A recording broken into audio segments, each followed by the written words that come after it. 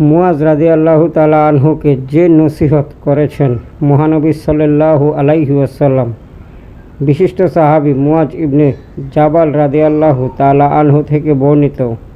তিনি বলেন, রাসূলুল্লাহ সাল্লাল্লাহু আলাইহি ওয়াসাল্লাম আমাকে ইয়েমেনে প্রেরণকালে বলেন, নিশ্চয় তুমি আহলে কিতাব সম্প্রদায়ের কাছে যাচ্ছ। সুতরাং প্রথমে তুমি তাদের আল্লাহ ছাড়া আর কোনো ইলাহ নেই এবং আমি আল্লাহর তাআলার প্রেরিত রসুল এই সাক্ষ্যর দিকে দাওয়াত দেবে। যদি তারা এই কথা মেনে নেয় তাহলে তাদের জানিয়ে দেবে যে নিশ্চয়ই আল্লাহ তাআলা তাদের উপর দিনে 5 ওয়াক্ত সালাত ফরজ করে দিয়েছেন। আর যদি তারা এ কথাটিও মেনে নেয় তাহলে তাদের জানিয়ে দেবে যে তাদের উপর যাকাত ফরজ করে দিয়েছেন, যা তাদের ধনী থেকে গ্রহণ করে গরিবদের মাঝে বন্টন করা হবে। যদি তারা এই বিধানটি পালন করে তাহলে শুধু তাদের উৎকৃষ্ট সম্পদ গ্রহণ করা থেকে বেঁচে থাকবে আর মাজলুমের বদদোয়া থেকে বেঁচে থাকা, কেননা তার এবং আল্লাহর মধ্যে কোনো পর্দা থাকে না। সহিহ বুখারী। দাওয়াতের প্রথম বিষয় হলো তাওহীদ।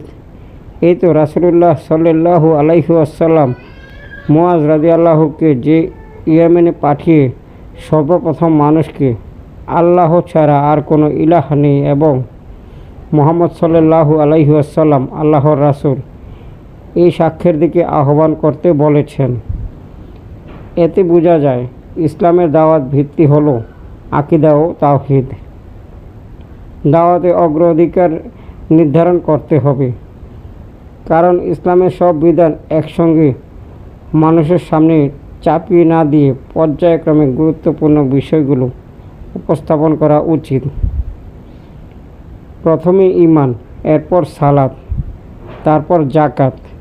এভাবে রাসূলুল্লাহ সাল্লাল্লাহু আলাইহি ওয়াসাল্লাম দাওয়াতের একটি সুন্দর ধারাবাহিক পদ্ধতি শিক্ষা দিয়েছেন। ঈমানের পর সালাতের গুরুত্ব সর্বাধিক।